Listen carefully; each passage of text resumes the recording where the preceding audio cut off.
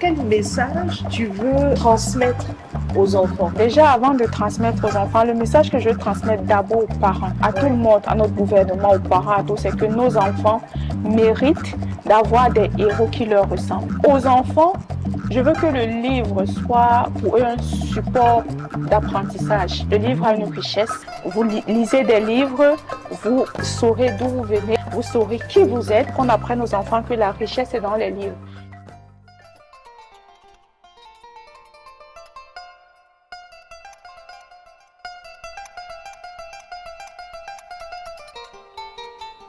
Bonjour chers Bolanga Lovers et bienvenue à ce nouveau numéro de Bolanga Talk. Aujourd'hui, on reçoit Armelle Coupeau et on reçoit sa fille. Rappelle-moi ton prénom, ma fille. Marie-Gabrielle. Marie-Gabrielle.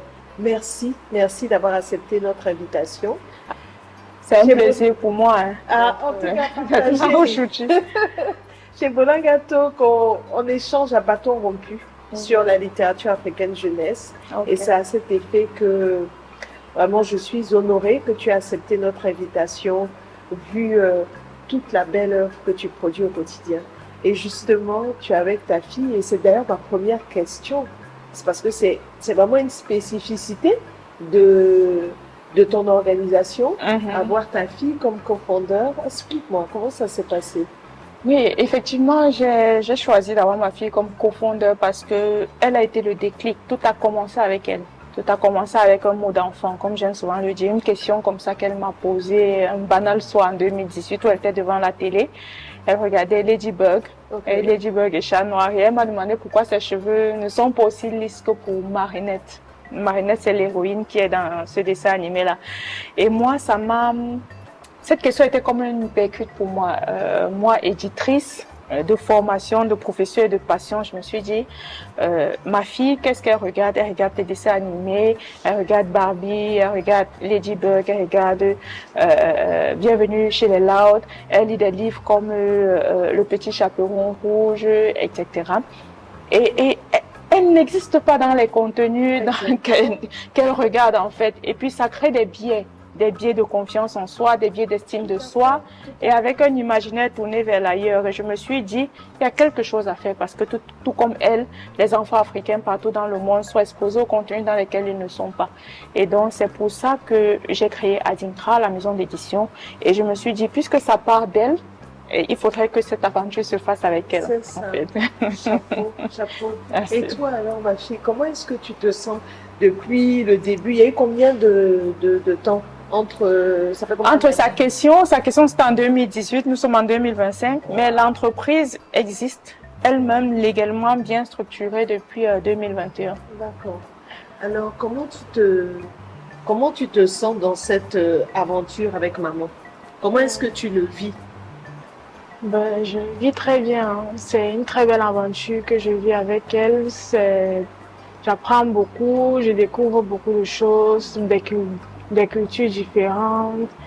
Je découvre le domaine de la littérature, je découvre beaucoup de personnes, je rencontre. Ben, c'est très intéressant au quotidien. C'est mon quotidien, ça fait déjà partie de mon quotidien. C'est comme la vie normale pour moi. C'est très bien, c'est très bien. Et tu arrives à embarquer tes amis là-dedans? J'en parle à quelques de mes amis. Il y a quelques de mes amis qui sont au courant. Il y a quelques de mes amis qui la suivent sur les réseaux. D'accord. Et qui lisent? Oui, plusieurs de mes amis. C'est bien ça, c'est bien. Peut-être qu'un jour tu créeras un club de lecture. Mais justement, à propos de ça, Daniel, parce que Armelle, pardon, j'ai un peu la réponse, mais j'aimerais que tu nous dises comment est-ce que, au travers de la littérature africaine jeunesse, de tes œuvres, de ta bibliographie, quel message tu veux transmettre aux enfants? Déjà, aux enfants africains. Voilà, déjà avant de transmettre aux enfants, le message que je veux transmettre d'abord aux parents, tout le monde, à notre gouvernement, aux parents, à tous, c'est que nos enfants méritent d'avoir des héros qui leur ressemblent. Ça, c'est d'abord le principal message. Maintenant, aux enfants, je veux que le livre soit pour eux un support d'apprentissage. Le livre a une richesse. vous lisez des livres et puis vous saurez d'où vous venez, vous saurez qui vous êtes, vous saurez ce qui se passe autour de vous et vous voyagerez aussi vers l'ailleurs tout en restant sur place. Donc, il faut qu'on dise aux enfants, qu'on apprenne aux enfants que la richesse est dans les livres. Et un enfant qui lit aujourd'hui, c'est un adulte qui pense demain et qui peut construire demain. Donc, c'est important de passer ces messages-là aux parents, aux enfants et à toute la société parce qu'on dit souvent qu'en Afrique, il faut tout un village pour élever un enfant. Tout à fait, parce qu'on a une éducation, enfin, on nous a mis une éducation familiale, hein. C'est comme ça communautaire. Tout communautaire même, voilà. Tu as trouvé le bon mot, communautaire. Alors, tu as écrit combien de livres? Bon, d'ici là, je vous sers. Ouais, j'ai écrit, je suis à 14 livres, dont 10 qui sont numériques, parce qu'Adinkra, c'est aussi une plateforme numérique d'abonnement aux livres pour enfants, notamment comme un Netflix du livre africain pour enfants, et 3 livres physiques. Donc, les livres phares, les livres physiques, il y a Un jour je serai ingénieur, au féminin, Oui. La petite fille qui ne savait quoi faire de sa touffe et le petit garçon qui pleurait tout le temps. Et sur le numérique, j'écris beaucoup des contes de développement personnel, des livres d'éveil et des livres de promotion culturelle. C'est ça. Voilà. Et quel est le premier livre que tu as écrit? Le premier livre que j'ai écrit, c'est Namade, l'enfant de la forêt. Qui parle de quoi? Le conte Namade, c'est un peu un conte initiatique d'un enfant qui perd ses parents de suite d'une malédiction et qui est amené à aller vivre dans la forêt avec les animaux. Et puis quand il arrive dans la forêt, les animaux, il y a 2 camps. Il y a ceux qui disent que non, il y a ceux qui disent que non, les hommes sont méchants avec nous et nous on doit le manger parce que les hommes là, ils nous mangent tous les jours à toutes les sauces. Et il y a l'autre camp qui dit que non, c'est un enfant et tout, ce n'est qu'un enfant, on peut le prendre et l'élever comme nous, etc., etc. Et puis il y a ce gars-là. Et puis Namade passe des épreuves, il y a une épreuve de sagesse, une épreuve physique et tout. Et puis pour la fin, il faut le voir dans le livre. Oui, il faut voir dans le livre. C'est clair. Et toi, quel est le livre de maman que tu as le plus aimé? Tu les as tous lus? Oui, j'ai tout lu ce livre.